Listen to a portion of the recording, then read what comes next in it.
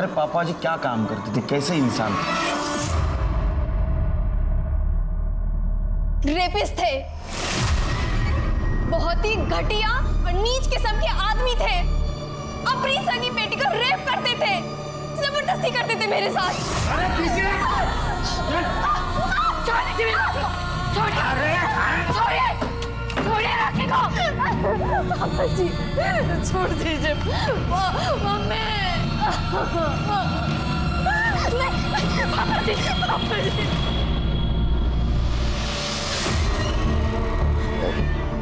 ये कब से चल रहा था? मैं पढ़ाई करने के लिए अब्रॉड गई थी, उसके पहले से। मेरी माँ जिंदा थी तब से।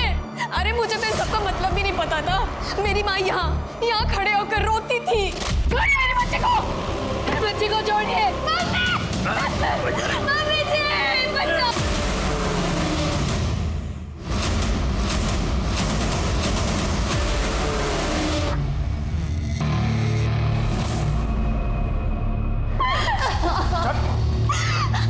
चल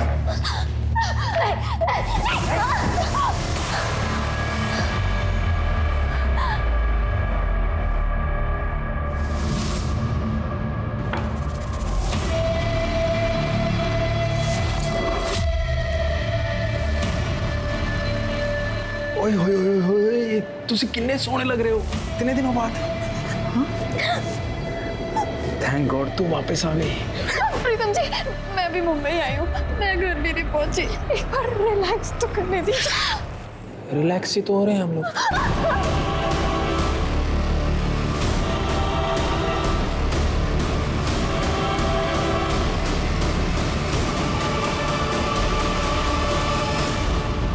एक बात जो हम अक्सर सुनते हैं कि आजकल महिलाएं मर्दों के साथ कंधे से कंधा मिलाकर आगे बढ़ रही हैं। काफी हद तक ये बात सही है, पर आज भी दुनिया की ये आधी आबादी, हिंदुस्तान की ज्यादातर औरतें अपने ऊपर होने वाले अत्याचार के खिलाफ आवाज नहीं उठा पाती। और इस समस्या को समझने के लिए आज क्राइम पेट्रोल में हमारे साथ है मीडिया का एक जाना माना और चर्चित चेहरा। नमस्कार, आदाब, सत श्री अकाल। मैं शम्स ताहिर खान, बिल्कुल सही कहा।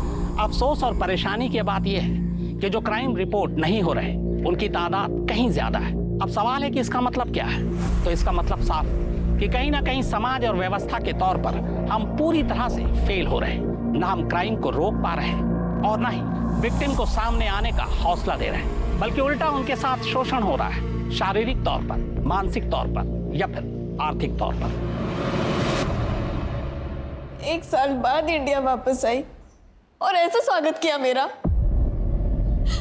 समझ के क्या रखा है मुझे? इंसान हूं, जानवर नहीं। बहुत हो गया पापा जी, ये सब फिर से शुरू मत करो। सगी बेटी हूँ आपकी, कोई सड़क से उठा करके नहीं लाए हो कि वो कमीना नोचता खरोचता रहे और आप चुपचाप देखते रहो।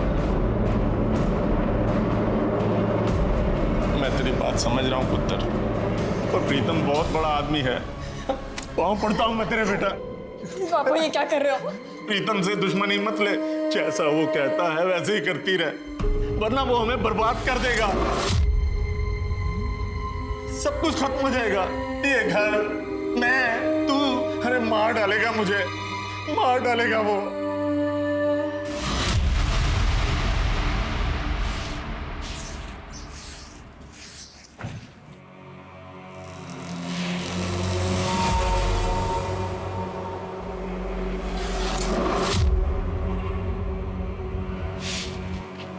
क्या है, क्या चाहिए?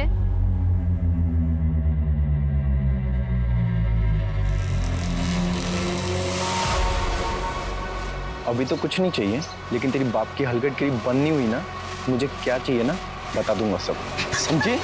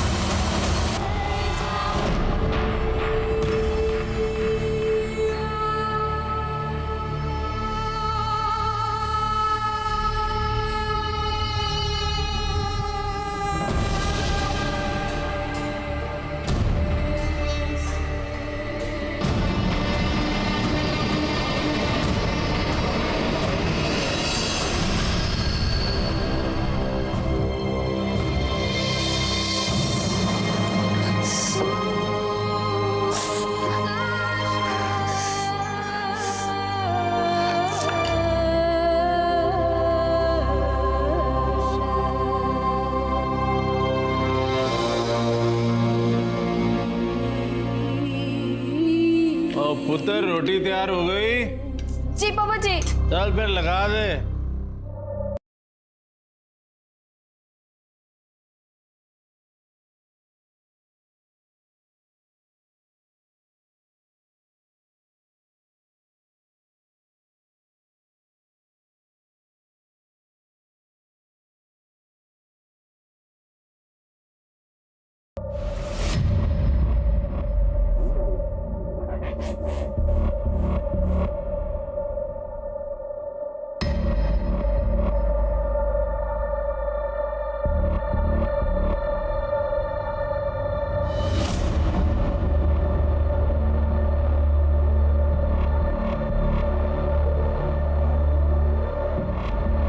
और राखी पुत्र। हाँ पापा जी।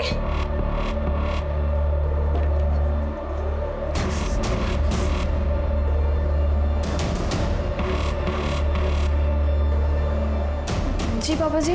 राखी पुत्र, मेरे पैर बड़े दुखे हैं, आगे दबा दे दो। आ जा।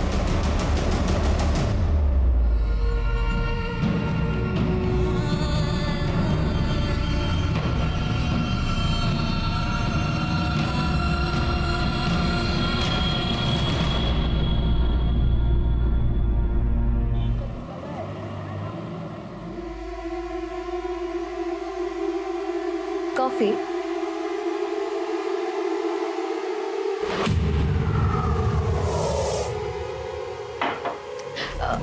आकाश, मेरी बात मानोगे क्या?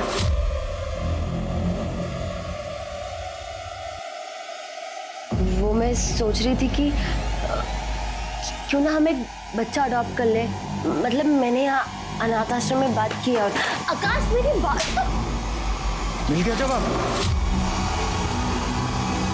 बच्चा अडॉप्ट कर लेता है।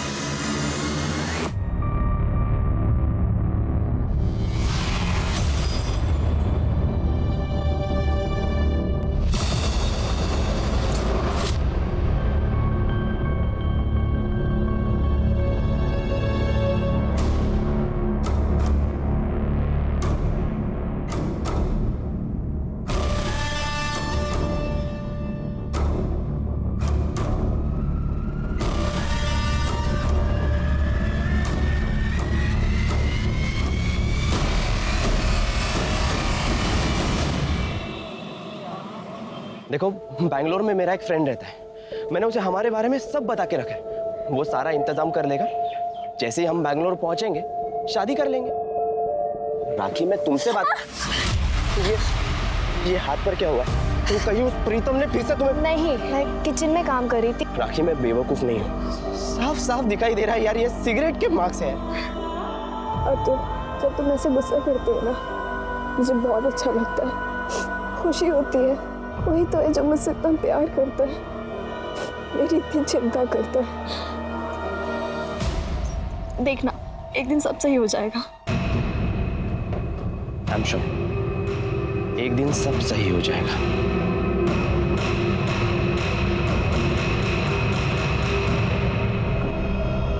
कुछ करना पड़ेगा मतलब? क्या करने वाले हो तुम? मुझे नहीं पता मैं क्या करूंगा। बहुत सह लिया राखी ने। उसके बाप को और उस कमीने प्रीतम को उसे और टॉर्चर नहीं करने दूंगा। मैं उसे उस नरक से बाहर निकाल के रहूंगा। भाई, अब आप ही कुछ करो। इस मैटर को जल्द से जल्द खत्म करना होगा।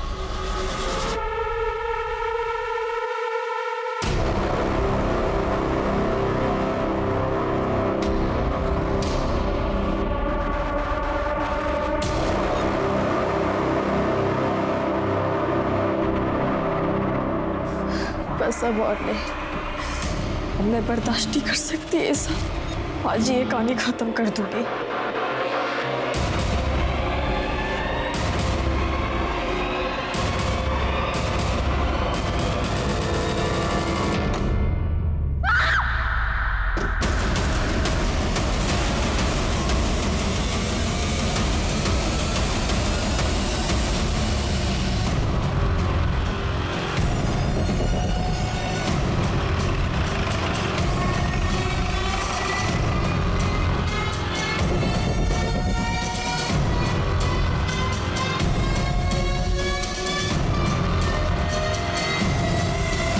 चाकू घुमाने की क्या जरूरत थी? सर कहीं पेसमेकर तो नहीं लगा था? हार्ट सर्जरी हो सकता है सर, और मर्डर करने वालों को ये पता होगा कि इसको पेसमेकर लगा है, किसी भी हालत में इसको जिंदा नहीं छोड़ना चाहता था। ले भेज दो। कर दे सर, चेक करो मर्डर वेपन मिलता है।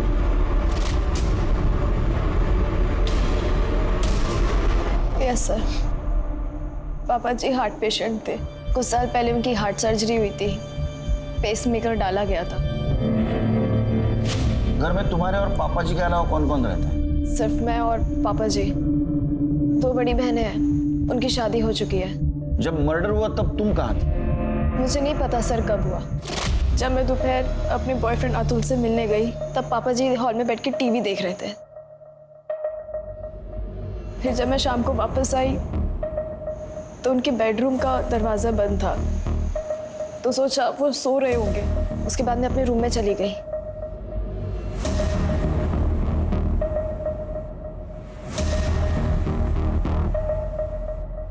पापा जी आप क्या खाएंगे? तुम्हारे पापा जी की किसी से दुश्मनी थी? पता नहीं सर। तुम्हें किसी पे शक है जो ऐसा कर सकता है? पता नहीं। अच्छा, तुम्हारे पापा जी क्या काम करते थे, कैसे इंसान थे? रेपिस्ट थे, बहुत ही घटिया और नीच किस्म के आदमी थे। अपनी सगी बेटी को रेप करते थे, जबरदस्ती करते थे मेरे साथ। अरे पीछे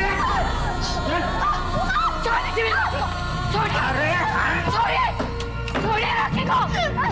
पापा जी छोड़ दीजिए। मम्मी नहीं, पापा जी, पापा जी।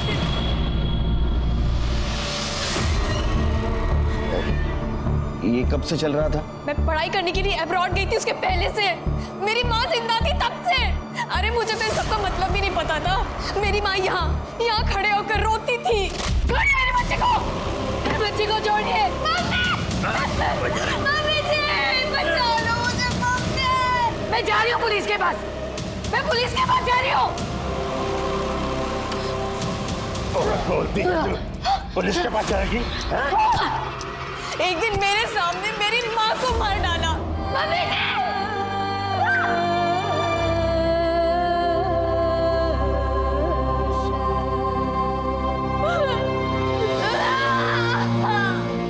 और पूरी दुनिया में बताया कि वो अपने आप मर गई। नेचर डेथ थी। तुमने उसी वक्त कंप्लेंट क्यों नहीं की? सर मैं उस दिन खुद सदमे में थी। मुझे तो समझ में भी नहीं आ रहा था कि ये सब क्या हो रहा है। तुम्हारे साथ इतना सब कुछ हो तो तुम्हारे पास भी उनके मर्डर का मोटिव है। मुझ में अगर इतनी हिम्मत होती तो मैं उसी दिन उस आदमी को मार देती जिस दिन उसने मेरी माँ को मारा था। इस तरह मैं यहाँ नर्क में नहीं रह रही होती। सर पे क्या हुआ? सर वो मैं बाथरूम में गिर गई थी। केस जब तक सॉल्व नहीं होता तब तक शहर छोड़ के नहीं जाता। मुंबई महानगरी अपने जज्बे के साथ साथ महिलाओं की सुरक्षा और आजादी के लिए भी मशहूर है। यहाँ महिलाएं खुद को सुरक्षित और आजाद महसूस करती हैं, लेकिन राखी के साथ ऐसा नहीं था। वो खुद को सुरक्षित महसूस नहीं कर पा रही थी। 2018 की एनसीआरबी की एक रिपोर्ट के मुताबिक रेप के 94% मामलों में अपने शामिल होते हैं। इनमें घर के लोग, पड़ोसी, रिश्तेदार, स्कूल, कॉलेज, यहाँ तक के दफ्तर के लोग होते हैं। और इज्जत के बोझ तले दबी महिलाएं इन अपराधों की शिकायत तक नहीं कर पाती। पर राखी का अपने पिता तेजिंदर के कत्ल के बाद रेप का इल्जाम लगाना शक पैदा करता है। कहीं ये राखी की किसी साजिश का हिस्सा तो नहीं?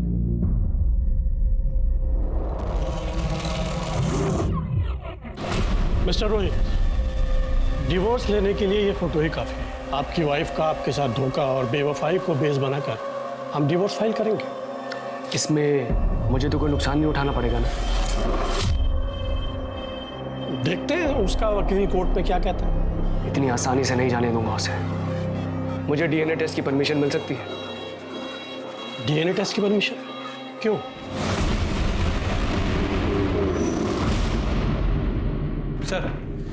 सर पूछताछ में पता चला है कि तेजिंदर सिंह को बिजनेस में बहुत बड़ा लॉस हुआ था और दूसरे बिजनेस में पकड़ बनाने के लिए तेजिंदर सिंह ने प्रीतम सिंह से कुछ पैसे उधार लिए थे सर ये Pritam Singh real estate developer है, काफ़ी पहुंची हुई चीज़ है सर, और काफ़ी इलीगल एक्टिविटीज़ में एक्टिव रहता है। तो तुम्हें क्या लगता है कि तेजिंदर का मर्डर प्रीतम सिंह ने पैसों के लिए किया? हो सकता है सर, प्रीतम सिंह तेजिंदर सिंह के ऊपर पैसे रिटर्न देने के लिए काफ़ी दबाव बना रहा था। मुझे नहीं लगता सिरके ये मर्डर पैसों के लिए हुआ है, क्योंकि 3 बार चाकू से घाव किया गया है, और वो भी पेसमेकर निकाल के। ये मर्डर बदले की भावना से हुआ है।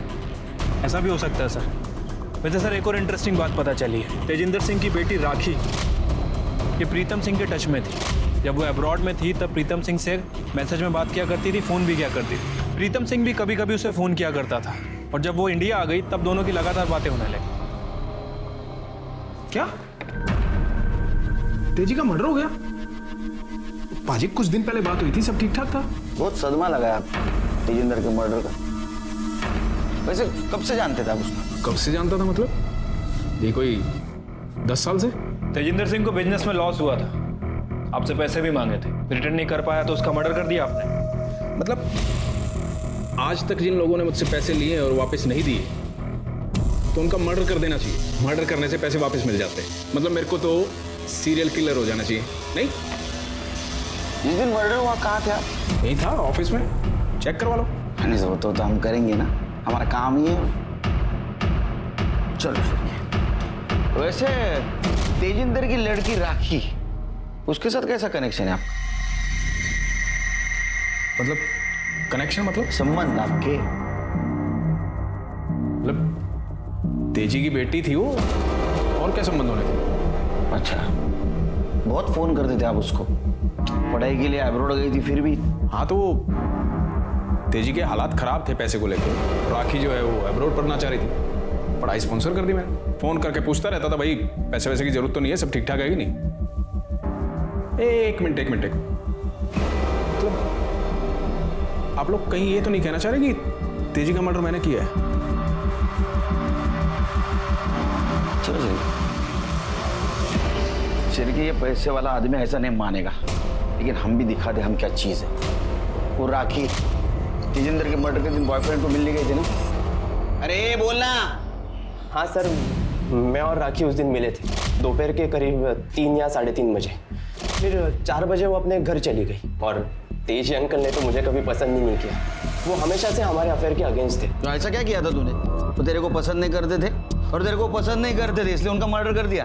नहीं सर, मैंने ऐसा कुछ भी नहीं किया, और वो सिर्फ मेरे अगेंस्ट नहीं थे, हर उस लड़के के अगेंस्ट थे जो राखी को पसंद करता था। तो इसलिए राखी ने उनको मार दिया क्योंकि वो राखी के आसपास किसी को फटकने नहीं देते थे? नहीं सर, राखी तो ऐसा सोच भी नहीं सकती, बहुत अच्छी लड़की है वो। और तो बुरा कौन है? उसका बाप, क्योंकि वो राखी के साथ किसी का अफेयर नहीं होने देता था। इसलिए क्योंकि राखी को प्रीतम को भी सेटिस्फाई करना पड़ता था, और अगर वो अफेयर करती या किसी से शादी कर लेती तो प्रीतम उसके बाप को मार डालता या फिर राखी को। कब से चल रहा था ये? एक्चुअली सर, राखी के अब्रॉड जाने से पहले से ये सब चलते आ रहा है। मैंने उसे कई बार समझाने की कोशिश की कि यहाँ से भाग जाते, पर राखी ने कभी मेरी बात नहीं सुनी, क्योंकि उसे डर लगता था कि कहीं वो प्रीतम उसके बाप को ना मार डाले। वो बाप जो खुद अपनी बेटी पे जबरदस्ती करता था, उस पर रेप करता था। हाँ, पापा मुझे प्रीतम के पास जाने के लिए मजबूर करते थे। उन्होंने मेरी जिंदगी बर्बाद की। प्रीतम मेरे साथ सिर्फ जबरदस्ती नहीं करता था, चलाता था, मारता था। खुशी मिलती थी उसे ऐसा करने से। तुम्हारे अकॉर्डिंग तुम्हारे पापा की वजह से तुम प्रीतम सिंह के पास जाती थी। वैसे तुम तुम्हारे पापा से कितनी नफरत करती थी ये मालूम है? मुझे लगता है इस नफरत की वजह से तुमने तुम्हारे पापा का मर्डर किया। मैं आपको बता चुकी हूँ, मैंने उन्हें नहीं मारा है। फिर किसने मारा? प्रीतम ने? नहीं जानती किसने मारा। हो सकता है योगेश ने मारा। योगेश कौन? हमारा पड़ोसी, मीनल सुरवे का बेटा। योगेश को उसके माँ और मेरे पापा के बारे में पता चल गया था। अफेयर के बारे में? अफेयर नहीं, सिर्फ फिजिकल रिलेशन था। उस दिन जब आपने मेरी सर की चोट के बारे में पूछा था, वो योगेश ने मारा था। धमकी दी थी मुझे।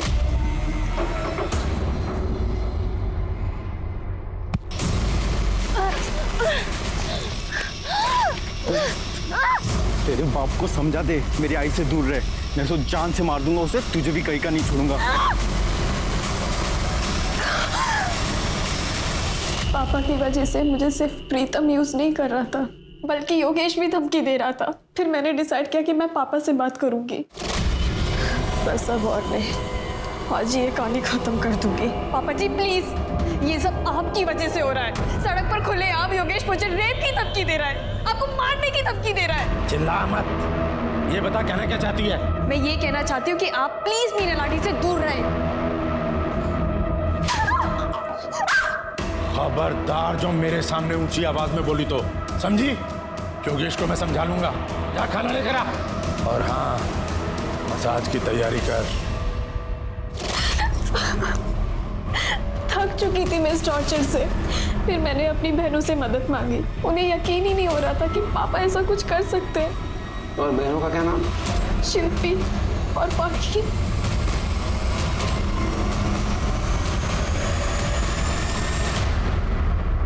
सर, मैं हम 3 बहनों में सबसे बड़ी हूँ और मुझे पूरा यकीन है हमारे पापा जी राखी के साथ ऐसे नहीं कर सकते। माँ को गुजरे 5 साल हो चुके हैं, तो हो सकता है कि अकेलेपन के कारण वो मीना आंटी से क्लोज हो गए हो, पर वो अपनी ही बेटी के साथ गलत हरकत करेंगे, ऐसा नहीं हो सकता सर। फिर राखी ऐसे क्यों कह रही है? सर शायद वो क्योंकि अतुल के अगेंस्ट थे, वो उससे बिल्कुल पसंद नहीं करते थे। मुझे अच्छे से याद है, उन्होंने हमारे सामने उसे समझाया था अतुल सही लड़का नहीं है, वो उसकी जिंदगी बर्बाद कर देगा। राखी सैनी ने अपने पिता पर शारीरिक शोषण का इल्जाम लगाया, जिसे खुद उसकी अपनी दोनों सगी बहनों शिल्पी और पाखी ने पुलिस पूछताछ में खारिज कर दिया। अब इनमें से कौन सच कह रहा है और कौन झूठ, इसकी तफ्तीश जारी है। पर मेरे तजुर्बे में एक और बात आई है इस केस को लेकर। कहीं राखी की बहनें अपनी इज्जत बचाने के लिए झूठ तो नहीं बोल रही। कयास कई है, लेकिन सच सामने आना भी बाकी है।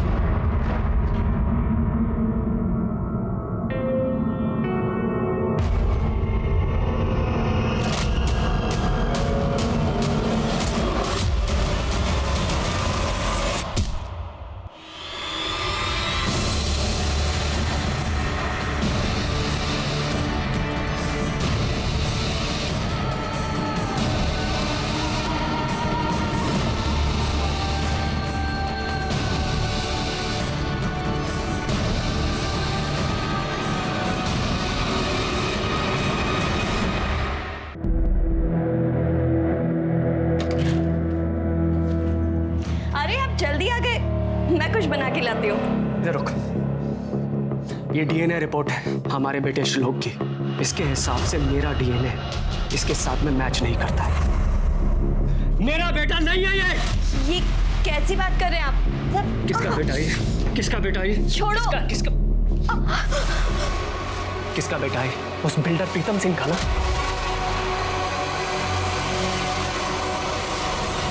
राखी ने अपने बाप के खिलाफ ही घटिया इल्जाम लगाया, लेकिन हो सकता है वो झूठ बोल रही हो, क्योंकि उसके दोनों बहनों के बयान में ऐसा कुछ सामने नहीं आया।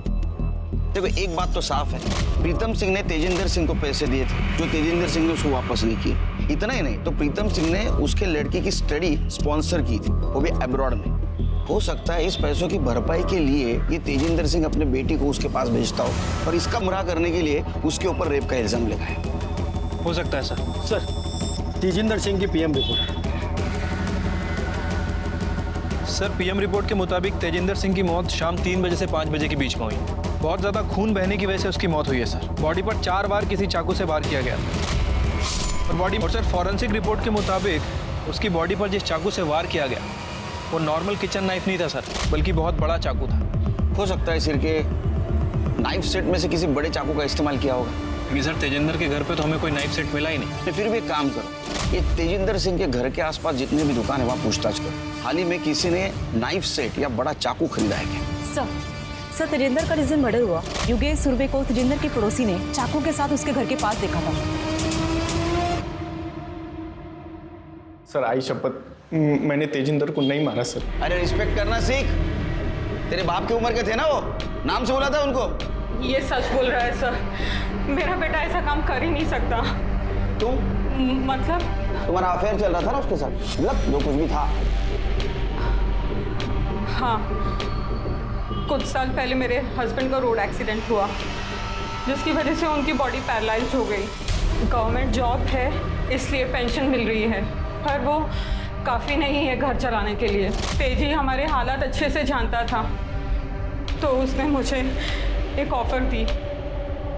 उसने कहा कि अगर मैं उसे खुश रखूंगी तो मुझे कभी पैसे की दिक्कत नहीं आने देगा। मजबूरी में मुझे उसे हाँ बोलना पड़ा, और अभी कुछ दिन पहले ही योगेश को सब कुछ पता चल गया। इसने राखी को धमकी दी, पर मैं मानती हूँ इसने धमकी दी, पर इसने कोई मर्डर नहीं किया सर। तो उस दिन तेजिंदर के घर के बाहर चाकू लेके क्या कर रहा था? जिस दिन तेजी का मर्डर हुआ उस दिन मैं उसके घर पर ही थी, और जब मैं उसके घर के बाहर निकली तो वो योगेश, चल यहाँ से, तुझे मेरी कसम, चल यहाँ से। आई, तूने मेरी बात नहीं सुनी, मैं तेरी बात क्यों सुनूं? इसको तो मैं जान से मार दूंगा, छोड़ूंगा ना मैं इसको। योगेश, मैं तेरे हाथ छोड़ रही हूँ। मैंने इसे किसी तरह मना लिया और मैं इसे घर ले गई। जब मैं वहाँ तेजी के घर पर थी तब तक तेजी जिंदा था, उसके बाद वहाँ क्या हुआ हमें कुछ भी नहीं पता। लेकिन तुम दोनों के अलावा कोई गवाह है इस बात का? यूं जगन्नाथ, जाओ। हेलो, क्या? ठीक है सर, जंगल के पास एक डेड बॉडी मिली है।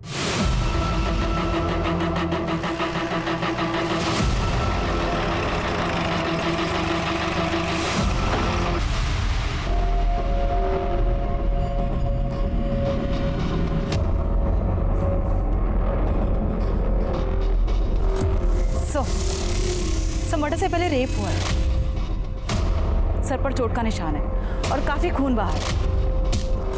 पेट पर कई बार चाकू से वार भी किया गया है। हो सकता है कि ये मौत सर की चोट और खून बहने की वजह से हुई हो। सर बाकी रिपोर्ट से पोस्टमार्टम के बाद पता चलेंगी। सर हमने पूरा एरिया चेक किया पर मर्डर वेपन या कोई भी इसका सामान नहीं मिला। चलो घर। सर एक बात समझ नहीं आ रही है, आखिर ये लड़की ऐसी सुनसान जगह पे करने क्या आई थी? I mean, जंगल है, खंडर है, एक भी आदमी नहीं। या तो उसको बुलाया गया या तो खुद आई और बाद में इसको मारा। वैसे अभी तक हम इसे तेजिंदर मर्डर केस का, इसकी ऐसी हालत देखकर लगता नहीं कि इसने तेजिंदर का मर्डर किया हो। अभी हम ऐसा नहीं कह सकते शिरके। वैसे सर इसको मारने का मोटिव प्रीतम, अतुल और योगेश, इन तीनों के पास भी है। सर ये भी हो सकता है कि इन तीनों में से किसी ने इसका मर्डर किया हो सकता है। पंचनामा करो और बॉडी को पोस्टमार्टम के लिए भेजो। ठीक है सर।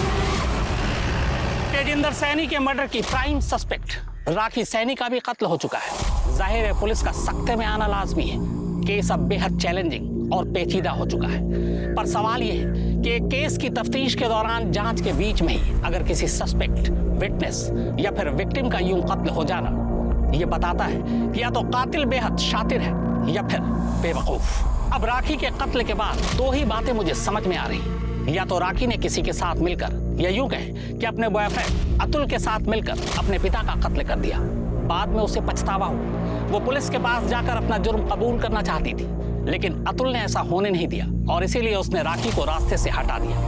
या फिर दूसरी बात यह है कि राखी कातिल के बेहद करीब तक पहुंच गई थी, लेकिन उस कातिल ने ही बाद में राखी को रास्ते से। किसने किया आपके साथ ये? जिसने भी आपकी हालत की है उसका नाम बता दीजिए। हो सकता है कि अगली बार उसकी हिम्मत और बढ़े और अगली बार आप नाम बताने लायक ही ना रहे। बताइए किसने मारा आपको? प्रीतम के गुंडों ने। कौन? प्रीतम सिंह, वो बिल्डर। लेकिन उसने आपको क्यों पिटवाया? मेरी बीवी पाखी का उसके साथ में चक्कर चल रहा है।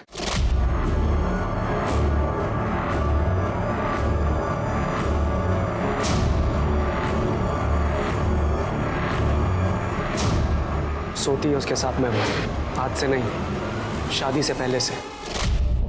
धोखा दिया उसने मुझे। अब तक मुझे लगता था कि श्लोक मेरा बेटा है, लेकिन जब मुझे ये सब पता चला ना, मैंने डीएनए टेस्ट करवाया, अपना भी और उसका भी, तब पता चला श्लोक मेरा बेटा नहीं है। पाखी और उसके बाप ने शुरू से मुझे धोखा दिया था, इसीलिए मैं सिर्फ डिवोर्स देकर उन्हें आराम से जीने नहीं देना चाहता था। इसी बात का बदला लेना चाहता था मैं, लेकिन मुझे पता चला उनके पास तो खुद कुछ नहीं है, उस प्रीतम के पैसों पे पल रहे हैं वो लोग। मेरी भी हालत कुछ खराब थी, इसीलिए मैंने सोचा कि उसे ब्लैकमेल करके उसी से बदला लेता हूँ, लेकिन उसने अपने गुंडे भिजवाकर मुझे पिटवा दिया। क्या बदतमीजी है? आपको पक्का यकीन है कि वो प्रीतम सिंह के गुंडे थे? वो गुंडे प्रीतम ने ही भेजे थे। हाँ बोलो शिरके। सर, तेजिंदर सिंह की बेटी पाखी अरोरा ने हमसे झूठ बोला था सर।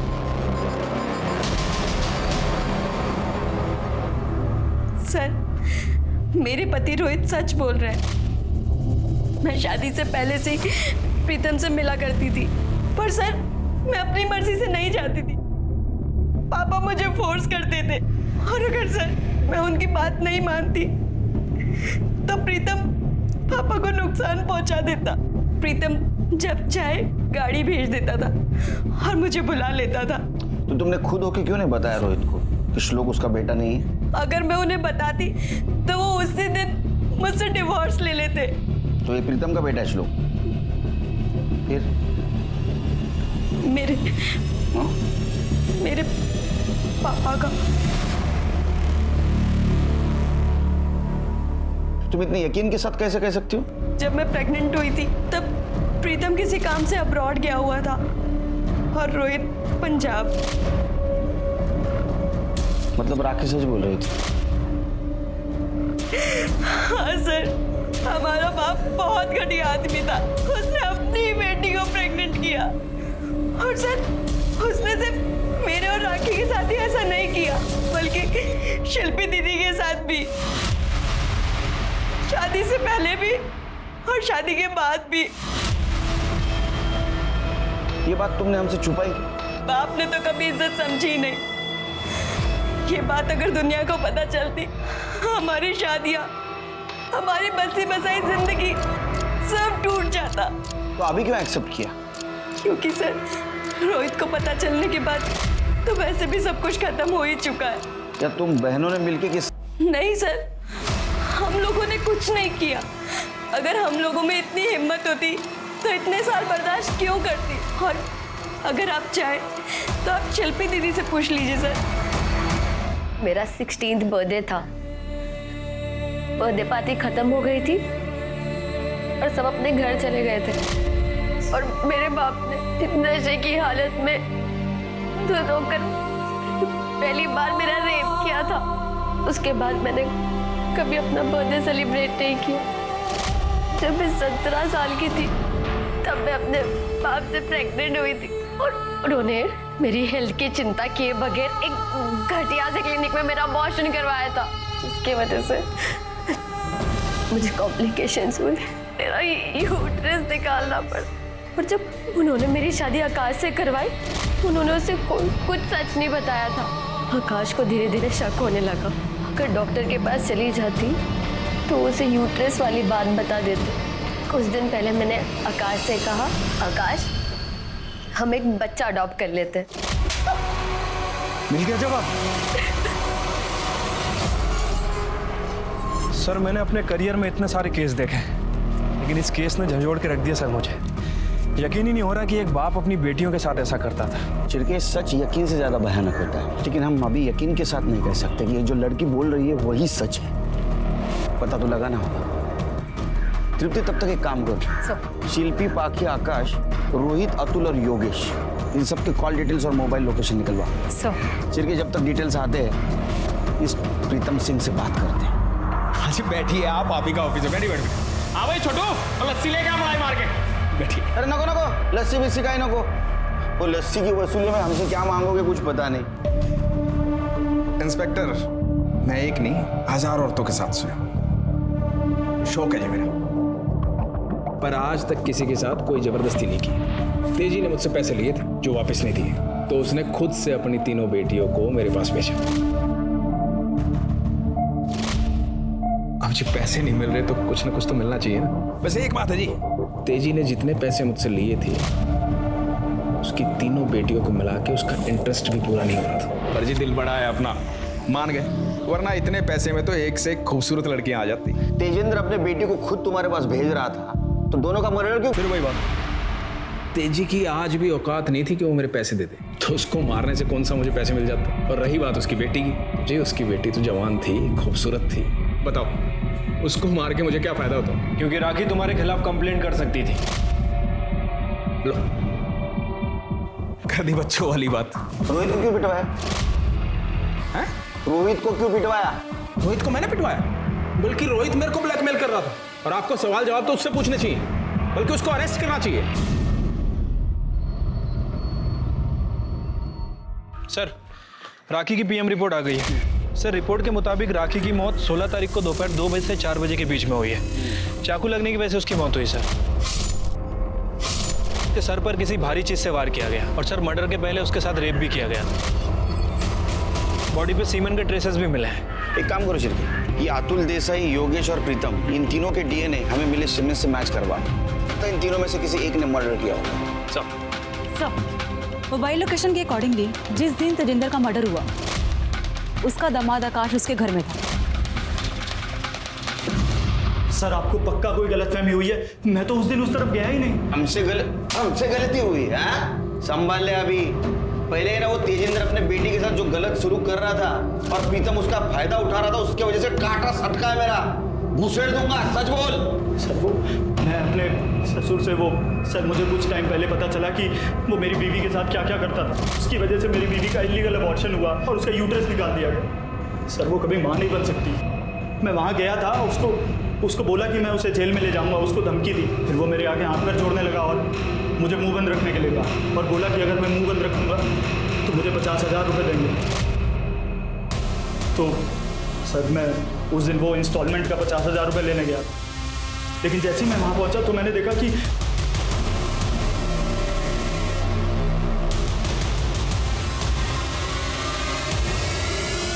दिखा दी अपनी शराफत। हमें सब पता है तेजिंदर अपनी बेटी को प्रीतम के पास भेजकर अपने घर का खर्चा चला रहा था। हाँ? वो तुझे कहां से 50,000 देगा रे? सर, मेरी बात सुनिए सर, ऐसा नहीं। सर राखी के साथ हुए बलात्कार में मिले सीमेन सैंपल्स अतुल, योगेश और प्रीतम में से किसी के साथ मैच नहीं हुए। तो आखिर वो कौन हो सकता था जिसने राखी के साथ पहले बलात्कार किया और फिर उसका कत्ल कर दिया? पुलिस जब इन अनसुलझे सवालों से जूझ रही थी तभी उन्हें एक ऐसी इंफॉर्मेशन मिली। सर, तेजिंदर मर्डर केस में जितने भी सस्पेक्ट्स हैं, उनके घर के आसपास जितनी भी दुकानें थी, हमने सभी जगह पूछताछ की। एक इंटरेस्टिंग बात पता चली सर। ये देखिए,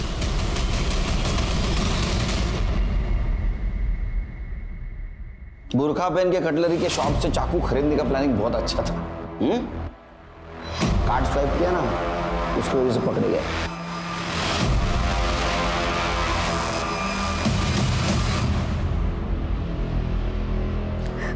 सर, कुछ दिन पहले मुझे पापा जी का कॉल आया था। तुम तीनों अपनी माँ पर गई हो, किसी काम की नहीं हो। ये दोनों पहले कम थी जो इनके पतियों ने मेरा जीना हराम कर दिया। अरे एक मुझे ब्लैकमेल कर रहा है और दूसरा मेरी फोटो लेकर प्रीतम के पास पहुंच गया। जानते हो प्रीतम कौन है? वो तुम्हें जिंदा नहीं छोड़ेगा और मुझे भी मार डालेगा। हमने पापा जी की वजह से क्या क्या नहीं सहा। प्रीतम के साथ सोए, पापा जी का टॉर्चर बर्दाश्त किया, अपने पतियों से मार खाई। पापा जी सब जानते थे। हमारी जिंदगियां तो वो बर्बाद कर ही चुके थे, पर हम राखी को बचाना चाहते थे क्योंकि अतुल उससे सच में प्यार करता था। उसकी सारी सच्चाई जानने के बाद भी वो उससे शादी करना चाहता था। फिर हम दोनों ने डिसाइड किया कि अगर किसी को मरना है तो वो पापा जी को ही मरना होगा, जिससे हमें पापा जी और प्रीतम दोनों से मुक्ति मिल जाएगी। क्योंकि पापा जी के मर्डर का ब्लेम तो प्रीतम पर ही जाना है। मर्डर के 2 दिन पहले मैंने बुर्का पहना और अपने घर के पास वाले कटलरी स्टोर से चाकू खरीदा ताकि कोई मुझे पहचान ना सके। अगले दिन हम दोनों पापा के घर गए। राखी से मेरी ऑलरेडी बात हो चुकी थी। उस दिन वो अतुल से मिलने जाने वाली थी। तुम दोनों एक साथ? आज तो मैंने तुम दोनों में से किसी को नहीं बुलाया। हम अपनी मर्जी से आज यहाँ आए हैं। तो चलो फिर।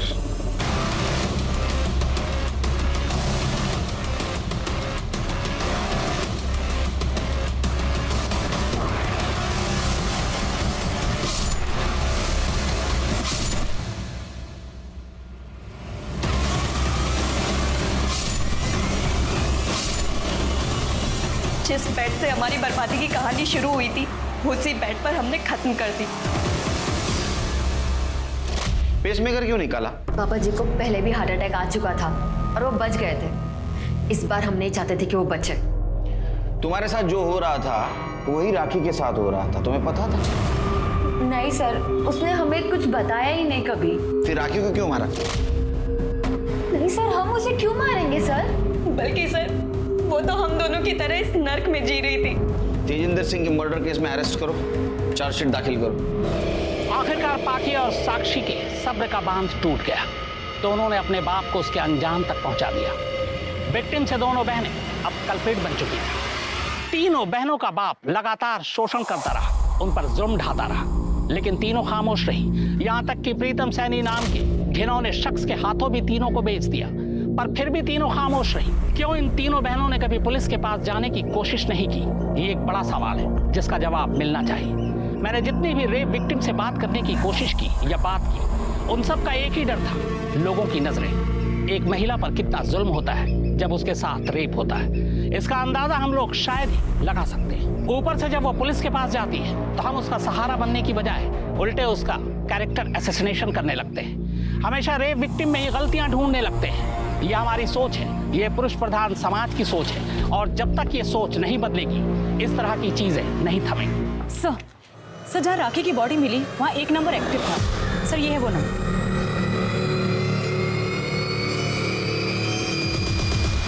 हाँ साहब, वो नंबर मैं यूज़ करता हूँ, लेकिन राखी के मर्डर के साथ मेरा क्या संबंध है? चिकने बहुत स्मार्ट बनते हैं रे तुम। तूने राखी का मर्डर नहीं, उसके साथ रेप भी किया था। उसके बॉडी के ऊपर हमें सीमेंट्स मिले। अगर तेरे डीएनए से मैच कर दूंगा ना, सब सच बाहर आ जाएगा। देखिए साहब, आप इस तरह से डरा नहीं सकते। साहब, अतुल और राखी के अफेयर के बारे में मुझे सब कुछ पता था। मैं उसके खिलाफ नहीं था, लेकिन अतुल ने जब मुझे बोला कि राखी का बाप और प्रीतम कई सालों से उसको यूज कर रहे हैं, तो फिर मैंने सोचा कि अपने भाई की शादी किसी ऐसे लड़की से नहीं होने दूंगा। और फिर मैंने अतुल को बिना बताए राखी का मर्डर प्लान किया। उसको मैंने सुनसान जगह बुला लिया था, मेरे से पहले ही वहाँ पहुँच चुकी थी।